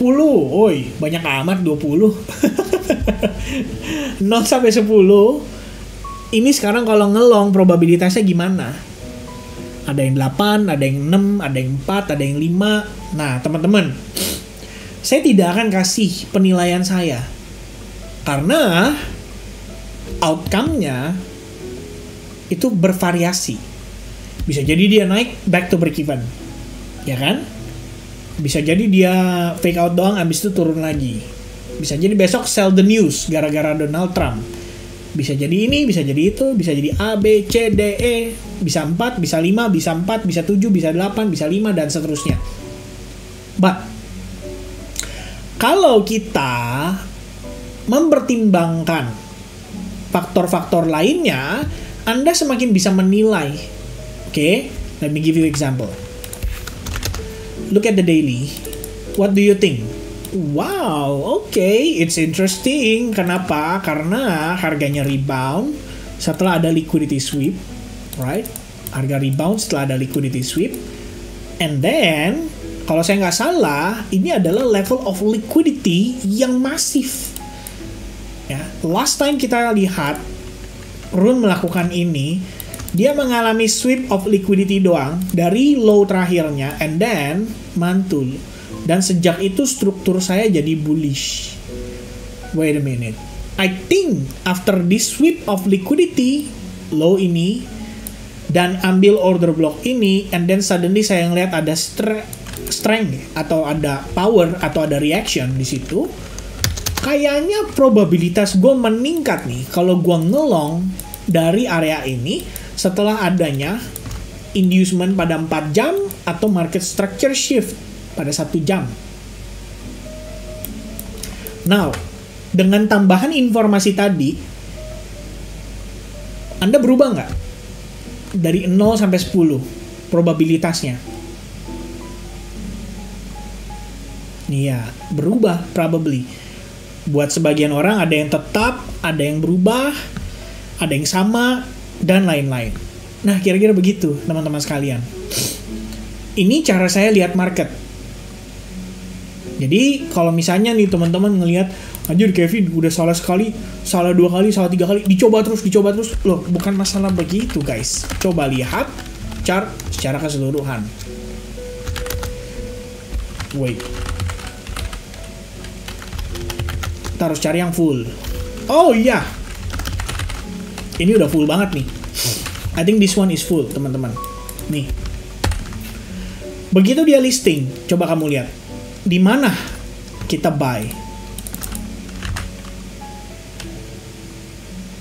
Di mana kita buy? We bought atau kita buy atau misalnya bukan kita lah. Saya buy atau saya ngelong di mana? Di OB Extreme, exactly. Jadi kalau dia memang reversal, there's no reason buat saya pertahankan. Tapi kalau dia bisa reversal dan tiba-tiba terjadi seperti ini, siapa yang paling menyesal di dunia ini, teman-teman? Ya saya seorang diri. Ya saya seorang diri yang paling menyesal di dunia ini. Karena ternyata dia sampai range tersebut, tidak ada drama Trump coin, and then ternyata bener-bener reversal yang terjadi di lower time frame adalah reversal yang anjir, ini yang ditunggu-tunggu gitu kan. Buyers gue ada nih, whales gue ada, and they buy it now. But saya nggak nge-buy. Kenapa? Karena gue takut, karena begini, karena begitu, dan lain-lain gitu. Exactly. Saya sependapat dengan TWC 100%. Mendingan saya hilang 1% daripada saya kehilangan cuan yang ternyata bisa jadi 5%. Masuk akal nggak teman-teman? Sampai di sini. Ya, WLF itu apa? World Liberty Finance Research, Miyuki. Jangan dikasih tahu teman-teman. Anda harus search di Google. Nih tulisannya. Nah, tuh cari tahu. Kalau ada OB ekstrim, tapi turunnya lagi super deras, mending diambil atau enggak ya, Vin? Pertanyaan untuk Bapak Edward, saya kembalikan ke diri kamu sendiri. Kalau dia mantul dari situ, dan mantulnya kenceng, ambil atau jangan? Sama-sama thank you, Miyuki. Tapi sorry ya, kita nggak jawab. Kenapa? Karena itu lagi ngomongin, kita lagi ngomongin yang lain. Jadi ntar out of context kalau saya bahas. Jadi kamu research, kamu cari tahu sendiri. Nah, intinya Miyuki, coba lihat portofolio World Liberty Finance apa aja, cari tahu. Nah, sikat. Sama, saya juga. Kira-kira begitu. Ya, yang penting udah siapin resikonya. Nah, ini saya belajar dari experience, guys. Saya too konservatif. So far ya, pengalaman saya. Teman-teman SAG yang lama udah tahu. Saya akan ambil kalau ada V formation. Price turun, create V formation, alias reversal. After V formation, step berikutnya waiting for pullback and consolidation untuk meningkatkan success rate. Begitu break and retest lagi, okay, that's my entry here. And this strategy proven untuk orang konservatif. Tapi resikonya teman-teman sekalian atau kontranya, saya waktu nerapin V formation banyak banget ketemu transaksi yang missing out. Saya jadi kepikiran, gue kalau ngambil di area yang udah gue tandain aja itu gue cuan gitu. Tapi karena gue terlalu sabar, terlalu konservatif, akhirnya lebih banyak ketinggalan. That's my own experience. Dan dari situ ya saya coba untuk menerapkan entry agresif sudah sejak sejak bulan September deh. Gitu. Ya. Cuman V-formation, kalau kamu yang tipenya sabar banget, Anda nggak mau rugi nih. Ya, kan ada tuh tipe-tipe orang begitu ya. Pokoknya gue ikut grup signal, nggak boleh sampai rugi. Harus untung semua. Gila kali. Negonya sadis bener, tapi bayarnya cuma 400.000 ya. Ya, bayarnya cuma 400.000. Pokoknya harus semua profit. Nggak boleh ada yang salah satupun. Kalau salah, gue kasih emoticon nangis. Ya kan? Kasih emoticon patah hati ya, misalnya begini, ini nih dead ya kan, emoticon misalnya apalagi kita keluarin emoticon ini ya kan, emoticon misalnya yang ini nih, nah emoticon yang paling sering saya temui ya, saya paling sering jumpa ya teman-teman sekalian. Artinya ya saya jujur kan saya sudah pernah tanya sama teman-teman, ini yang ngasih emoticon ini. Pertanyaan saya cuma satu, lu all in atau gimana gitu loh. Karena guys, kalau kalian nggak ngebiasain diri cut loss atau stop loss, perjalanan trading Anda itu sudah berakhir sampai di situ aja. Percaya sama saya. Hah, kenapa gitu Vin? Karena orang yang nggak mau cut loss itu biasanya auban. Itu tinggal nunggu waktu. Apa teman-teman, tinggal nunggu waktu emosi dia main. Begitu emosi dia main nih, udah, entah dia nggak pakai stop loss, entah dia masuk dengan posisi kegedean, akhirnya ya itu ya. Kalau saya kadang nih sekarang lagi mampir ke general discussion ya, saya agak jarang kan chatting di situ teman-teman recently, karena ya kalau saya cek di bagian tanya Kevin aja nih 27 orang yang nge-tag, padahal weekend ya. Saya kadang-kadang gile nih ya, senang sih, semangat belajar kalian tuh hebat gitu loh. I love ya, the enthusiasm tuh saya suka. Cuma kadang-kadang weekend juga bos ya, tolong ya. Ada family time juga saya teman-teman sekalian, right? Ini weekend loh, 27 orang yang nge-tag nanya, buset saya bilang kagak ada remnya nih ya. Nah, begini, exactly, trader juga manusia gitu kan. Nah, sih nggak ada masalah dengan hal itu. Kalau dosen udah habis itu ya mungkin. Soalnya kan ada dosen yang nggak mau ditanya. Ya, bahkan apa tuh namanya? Bukan dosen ya. Sorry saya salah ya. Kayaknya gelarnya di atas dosen ya. Yang nggak mau ditanya ya kan. Jadi ya pokoknya cuma boleh ngajar. Muridnya nggak ngerti nggak boleh tanya, nggak boleh nanya kamu ya. Oke, lanjut teman-teman. Saya nggak bilang nama loh ya, ini jangan salah paham ya, kan banyak dosen ya, emangnya satu orang doang, kan banyak di luar ya. Oke, lanjut teman-teman. Jadi sampai mana tadi ya, saya jadi ini ya. Nah, sampai ke bagian kamu kamu over risking. Itu udah momen-momen orang biasanya udah tinggal nunggu kelar doang akunnya. Makanya saya sampaikan tadi, kalau misalkan teman-teman sekalian, Anda nggak berani untuk cut loss, nggak rela untuk cut loss, nggak mau pasang stop loss, dan mungkin ya, kan kita nggak pernah tahu, bisa aja dia balas dendam. Trade pertama stop loss 0,5%, trade kedua stop loss 0,5% juga, yang ketiga dia pakai 4%, makanya dia nggak mau cut loss. Nggak sedikit kejadian kayak gitu. Dan kalau kalian mampir ke general discussion, masih banyak yang bandel kayak gitu. Ya, pesan saya cuma satu, teman-teman. Jangan dimarahin, tapi diingatkan. Pak, risk manajemennya mana? Gila nih, gak pakai stop loss. Buset, risk manajemennya gede banget, risknya gede banget. Itu yang harus diingatin. Karena bagi saya, berapapun uangnya ya, at some point itu pasti akan penting sih buat kebutuhan dia. Ya, dan ya kira-kira begitu ya teman-teman. Ya, there's not much to say kalau udah ngomongin soal itu bakalan panjang karena banyak banget example-nya. Tapi kembali lagi ke sini bahwa inducement itu lebih kurangnya adalah proses seperti itu. Nah, di sini dia nggak move nih, dia nggak sesuai ekspektasi. Apa artinya? Ya sudah, move on, tinggalkan, cari setup lain. Guys, nih, masih inget nggak? Saya ngelong Ethereum kapan? Kapan hari ya saya ada ngelong Ethereum?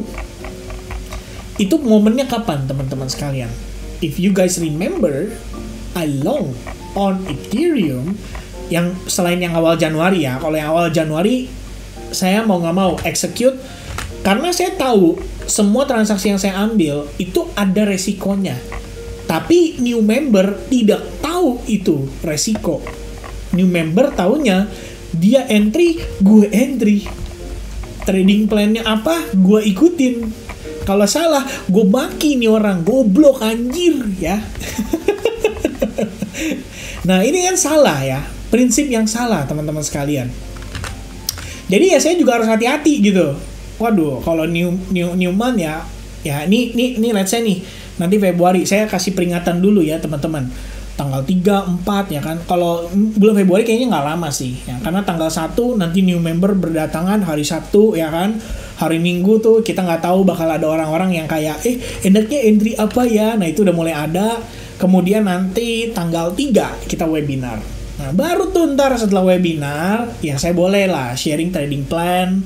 Buat kasih kalian juga contoh setupnya kayak gimana. Saya eksekusi kayak gimana. Biar ada gambaran. Ya kan. Lalu, ya seterusnya, tidak by webinar, by live, ya kita bahas sama-sama. Dan menurut kalian masuk akal atau tidak gitu. Bisa jadi setup atau tidak. Ya, kira-kira begitu. Mana lagi tuh? Nih. Nih ya, teman-teman kalian lihat proses saya analisa. Tuh, dari sini ke sini, kemudian ke sini, kemudian ke sini, kemudian ke sini. One of my best trade last month. Nah ini kan ada ya teman-teman sekalian ya, ada nih sebuah contoh di mana order block yang ekstrim disertai dengan area support resistance itu benar-benar ngasih reaction yang bagus, ya kan? Ini saya buy limit, ya I think so ya, karena ya saya yang kelola akun saya sendiri gitu ya. Ini buy limit, set masuk ya, spike, and then the next day balik turun sampai ke sana, and then it start to going up, and then dia create saya bilang ini ada potential pullback yang testing order block lagi. Kalau teman-teman yang mau ikut, yang mau join atau yang belum punya position dan kalian mau trading kan di sini bisa dilihat nggak teman-teman tuh, what do we have here, a higher high inducement sampai sini boleh dipertimbangkan, and then price testing ke level itu, and then break lagi. Kalau teman-teman mau average up, Anda mau re-entry lagi, you got a new setup, ada order block di sana. Pas sampai order block, guess what? Mantul lagi teman-teman. Ini ada 3 setup dalam satu frame. Ya kan? Starting dari sini. Ini doang awalnya. And then ke sini, and then ke sini. Nih ke sini, and then ini, perfect, 1708% ya kan. Tapi intinya kan bukan itu ya. Intinya adalah berapa R yang saya secure di situ. That's all. Contoh OB Extreme, perfect entry. Gak pakai konfirmasi lagi, langsung aja set limit di situ. Bisa teman-teman kayak begitu. Cara averaging up di futures. Nah, hari ini bukan materinya ya. Materinya adalah inducement dan pullback. And then how kita pakai itu atau kita utilize itu sebagai informasi bahwa oke, ini ada pergerakan yang menarik nih, bisa jadi pertimbangan untuk saya entry. Itu aja. Oke, pertanyaan. Ya, saya kasih 2 pertanyaan teman-teman sekalian. Kok question nih, misal kita sanksi itu maksudnya gimana tuh Coach Charles ya? Ini kayaknya bahasa ini nih ya, bahasa daerah nih. Misal kita sanksi nih buat nentuin inducement. Mungkin bingung kali ya, misal kita bingung, ragu. Ragu. Misal di time frame 4 jam, idealnya kita turun ke time frame berapa? Buat lihat bias detail sudah berubah atau belum. Mungkin saya bisa bilang di 1H kok, itu cukup. 4 candle 1H itu, ya kalau misalkan sebenarnya gini, boleh nggak gue sampai 15 menit? Boleh juga, nggak ada masalah. Jadi bongkar sampai ke time frame paling kecil, boleh, nggak ada masalah. Kayak BTC kemarin ya kok, di 89, ya bisa juga. Tapi bukan 89-nya sih. Yang saya jujur aja ya, yang saya unexpected. Saya ngomong apa adanya sama teman-teman. Saya kan marking di sini nih. Ini saya marking di sini. Ini masalahnya adalah saya negonya terlalu pelit. Kalau kalian ingat ya waktu Bitcoin di situ, saya nego terlalu pelit. Coba aja teman-teman. Tuh. Saya geser OB saya. Wait ya. Di sini kan. Coba aja saya geser OB saya ke sini. Dari sini. Wait. Dari sini. Tuh. Saya geser ke sini. Gila. Super duper perfect entry boy. Stop loss di sini, targeting resistance. Super duper perfect entry. Ya saya terlalu pelit. Ya pas kebetulan. Anjir, gue ambil OB yang paling ekstrim nih ya. Ternyata gila nggak? Pas di situ ada resistance kecil, and then become support. Dan supportnya nggak kaleng-kaleng, langsung naik. And then saya coba negotiate, ya kan. Coba deh lu kasih gua sekali lagi deh retest gitu ya. I mean, if you give me this, I'm gonna entry. Ternyata nggak dapet. Langsung naik, begitu testing sini doang. Kayak gitu. Ya, it's part of the game, teman-teman sekalian. And then, I learn. Ya, saya belajar. How istilahnya untuk kita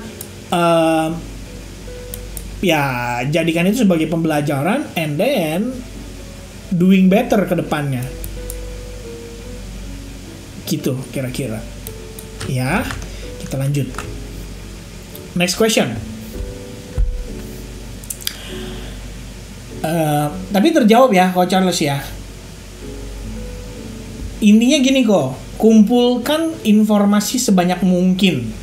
Kalau misalnya kayak tadi saya bilang tuh 4H begini, 1H begini. Begitu lihat daily, anjir, ternyata levelnya bagus nih.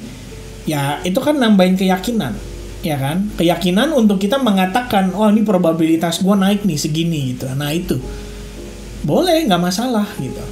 Cuman kadang-kadang terlalu banyak analisanya itu juga bingung. Karena daily bisa aja dia bearish. 4H-nya dia bullish, 1H-nya dia bearish.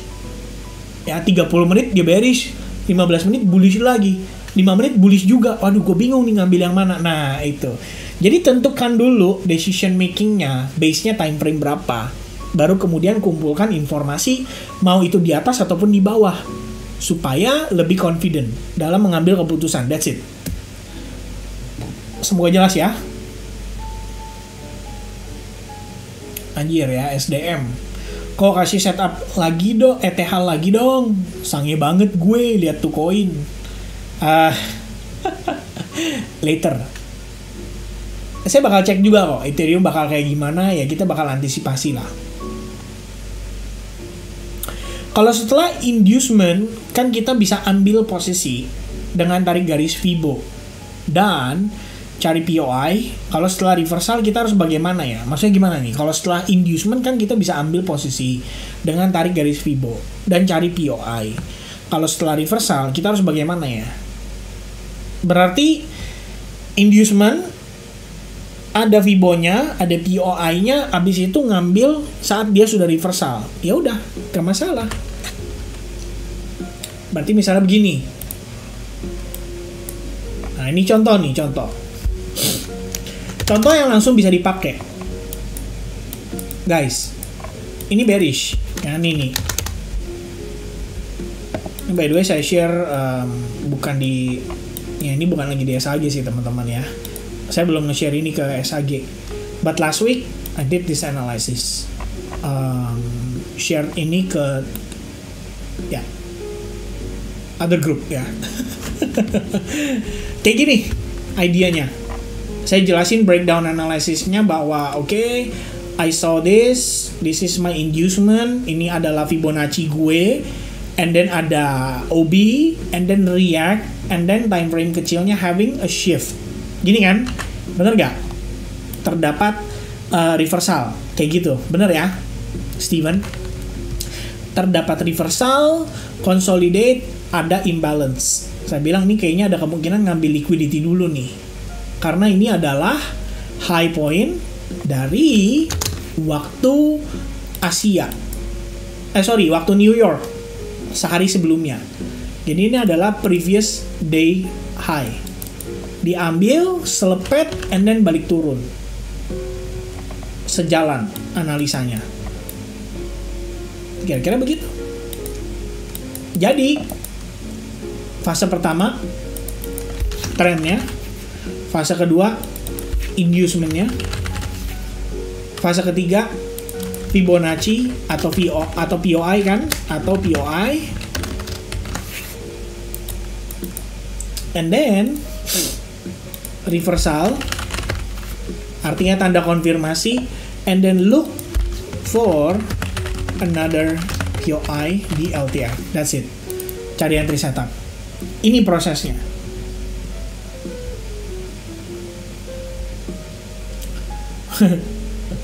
Dukun bisa tahu ada selepet dulu. Ya, bukan dukun pak. Itu namanya kita kan belajarin ya. Maksudnya karakteristik market kayak gimana. Kalau misalnya New York itu cenderung jadi ajang manipulasi dan bla bla bla, ya kayak gitulah kira-kira. XAU cara analisanya sama ya, Vin. Mirip-mirip. Om kalau TP ambil di peak overall HEF atau peak previous high, bebas. Karena 3R pun udah cukup gitu. Misalnya 3R nih konsisten, udah pokoknya nyampe 3R oke gue TP, itu bisa juga. Gara-gara sering jadi ada intuisi ya. Exactly. Itu jam terbang makanya. Ada proses kan teman-teman. Makanya dilatih. Lama-lama kalian bakal dapat deh. Bener. Dilatih bakal dapat. Tapi saya bisa guarantee Anda tidak akan selamanya hidup nyaman ya. Artinya market akan ada kalanya Anda ketemu market yang kayak anjir lah. Ya jancok. Ya tadi. Cok. Anjir lah nih market jancok banget ya. Bisa kayak gitu.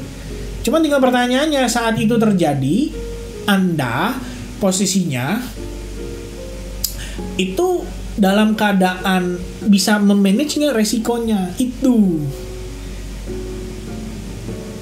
kadang-kadang kan udah dalam keadaan dia market lagi begini, yang disetornya lebih banyak lagi. Nah itu puyangnya di situ. Kalau di FX ada masa-masa hard mode nggak kok? Ada dong, Fikar. Momen-momen jelang NFP, FOMC itu hard mode. Biasanya market volatilitas rendah, konsolidasi doang.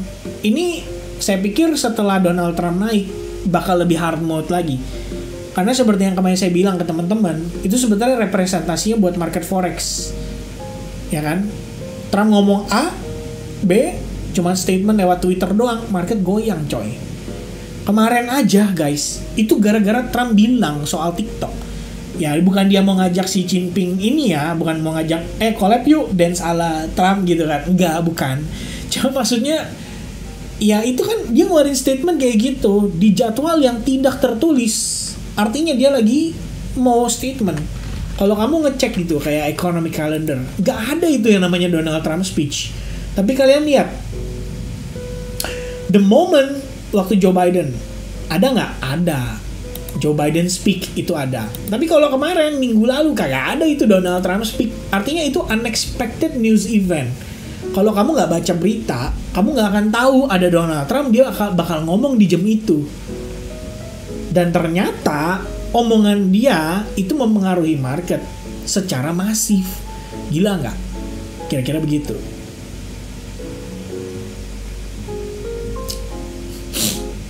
Nah, sebenarnya kalau si Solana strukturnya bullish kok. Gini aja. Kita pakai chart sebelumnya yang saya post 3 hari lalu. Apa kata chart itu? Ini chart pertama kali saya share. Loh. Support kan? Key level. $188. Ini. My current idea. I need the breakout from previous high dulu. Jadi ada market structure shift yang valid, baru saya entry di pullback-nya. And then no break, ya break atau bird naik, pullback-nya cuma setipis ini, langsung naik kencang. Dan kalau kita lihat setelah atau sejak saat itu, ya of course saya nggak follow up karena Solana nggak ngasih entry point ideal. Anda bisa lihat, saya set alert yang tidak pernah ke-trigger itu. Ternyata harus entry agresif, yaitu seperti ini. Break and retest. Kadang-kadang ada teman-teman setup kayak begini. Naik terus.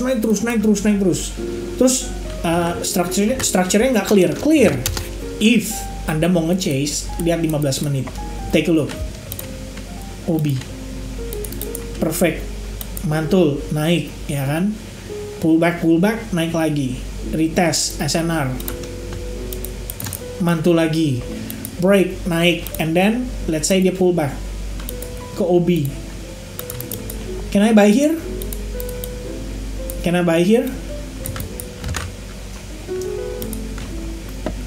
Can, bisa. Iya. Udah kayak gitu teman-teman sekalian. Nah, jadi congratulations. Kalau misalnya saya lihat kan ada beberapa yang di PNL ya. Anda trading kan si Solana, you have a nice profit, you have a nice run, ya kan? It's a good profit teman-teman sekalian. So, good ya, karena sejalan dengan analisisnya. That's all I can say teman-teman. Kira-kira begitu ya. Nah guys, saya bukan orang yang sempurna, karena you know ya, my watch list is too many. Oke, dari kayak begini nih tuh. Terus saya ganti jadi begini. Today's watch list. Begitu today's watch list aja banyak lagi nih, gila watch list gue. Kayak nggak kelar-kelar gitu kan. Jadi saya nggak mungkin bisa ngedapetin semuanya secara perfect. Dan itulah kenapa urgensi saya ke teman-teman adalah guys, ayo belajar gitu. Saya rela kok buang waktu saya sama keluarga 2 jam begini buat support teman-teman bisa lebih mengerti soal market. Tapi pertanyaannya, Anda mau disuapin doang atau Anda mau serius gitu loh. Kalau misalnya Anda mau serius, ini materi yang saya bagiin hari ini itu bakal cukup banget buat kamu bener-bener ngerti soal market. Itu kalau dari saya. Tapi kalau misalnya teman-teman ngerasa, ya gue lebih baik disuapin gitu, yes fine, it's fine ya. It's fine, gak ada masalah. That's your own choice gitu. Cuma setahu saya, yang namanya pengusaha itu gak akan bisa sukses kalau nebeng sama orang. Pebisnis tidak sukses kalau nebeng sama orang.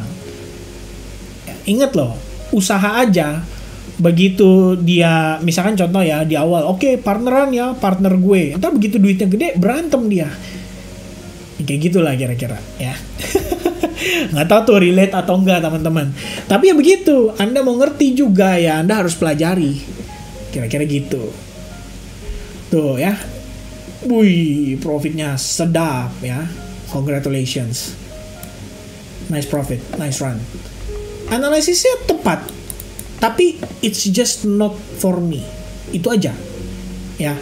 Guys, kalau saya ada setup yang saya pribadi, oke, ini gue banget, oke, gue hajar. Ya, pokoknya ini ada gue hajar. Ini ada gue hajar. kalau anjir nih bukan gue banget nih, kalau saya nggak tradingin yang lain profit, good, itu berarti bisa aja lu banget, bukan gue banget tapi lu banget gitu kan. Benar gak teman-teman sekalian? Karena satu setup atau satu strategi tidak cocok bagi semua orang. Ada karakter yang nyaman, ada karakter yang tidak nyaman dengan setup seperti itu. Nah, udah itu tinggal masing-masing developmentnya kayak gimana, itu aja. Ya masing-masing developmentnya kayak gimana gitu. Oh development gue ya kayak begini, development gue kayak gini. Lama-lama, oh ternyata gue nyamannya kayak gini nih. Ya terbukti secara eksekusi kayak gini. Bagi gue lebih clean, bagi gue lebih high probability, gue lebih tenang, gue lebih begini. Pokoknya semua yang benefitnya positif Anda pertahankan. Kira-kira begitu. Ya. Okay, everyone. I hope you guys get the whole idea tentang seputar inducement. Oh my god ya, damn, almost ya. Nah ini salah satu setup saya banget, ya gitu, ya kan? Take a look on the higher time frame ya. Ini kita bedah sedikit, tuh, take a look ya. Price kayak begini, waduh, udah sampai lemot nih teman-teman ya. Kayaknya PC saya panas ya. Bukan cuman yang ngejelasin yang panas, yang dengerin panas, PC saya juga panas. Oke, harga naik di atas having correction, and then after taking liquidity, having inducement, and then suddenly kita lihat apa yang terjadi pada Ethena. Nah dia rebound tuh, ya rebound, whoop kencang, naik terbatas, ngebentuk rising wedge. Tadinya ascending triangle, break tapi fake out doang. And then dia turun. Kalau di sini nih, ini jadi setup nih buat saya. Nah, kalau ternyata nyampe, and dia begini, nah itu dia, ya teman-teman sekalian. Oke, ya, alright guys ya. Teman-teman, thank you so much for your time today. I'm enjoying this session. Ya, obviously so fun teman-teman sekalian ya. Saya cukup happy dengan apa yang saya coba sampaikan. Terima kasih buat waktunya di kala weekend. Sama-sama Chris Redfield, all the best to you too ya. Teman-teman, semoga jelas.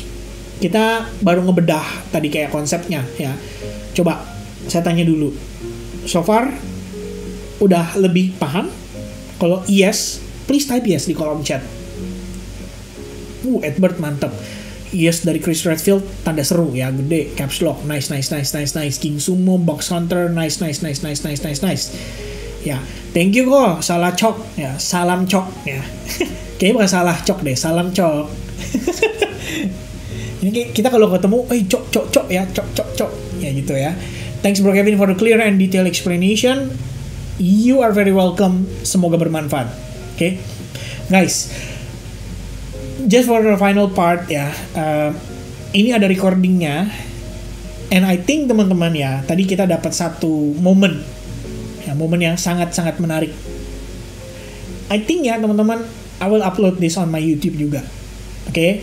Ya, probably nanti orang-orang bisa lihat, ya hopefully bisa bermanfaat buat mereka, biar mereka juga ada gambaran ya. How do I trade? How do I look the market? Semoga teman-teman di sini juga mengizinkan ya, walaupun ini istilahnya eksklusif buat teman-teman SAG. But I hope Anda mengizinkan, karena I think ini penting banget buat teman-teman di luar sana juga ya, bisa develop their knowledge about how do I see the market. Dan ini amazingly I think one of my best ya explanation so far. Bener gak sih ya? Kalau saya sih merasa gitu ya, kayak anjir gue keren banget nih hari ini ya. Tapi semoga kalian berpikir yang sama ya. Terlalu narsis ya jadinya. Oke. Thank you banget guys ya, yang udah pada kasih yes, yang udah pada kasih yang udah kasih izin juga ya. Semoga teman-teman di public juga bisa respect and can learn something about this one ya. Oke. God bless everybody. Happy Sunday and see you soon ya. Besok kita webinar aja. Besok kita live lagi guys ya. See you soon. Oke? Thank you guys.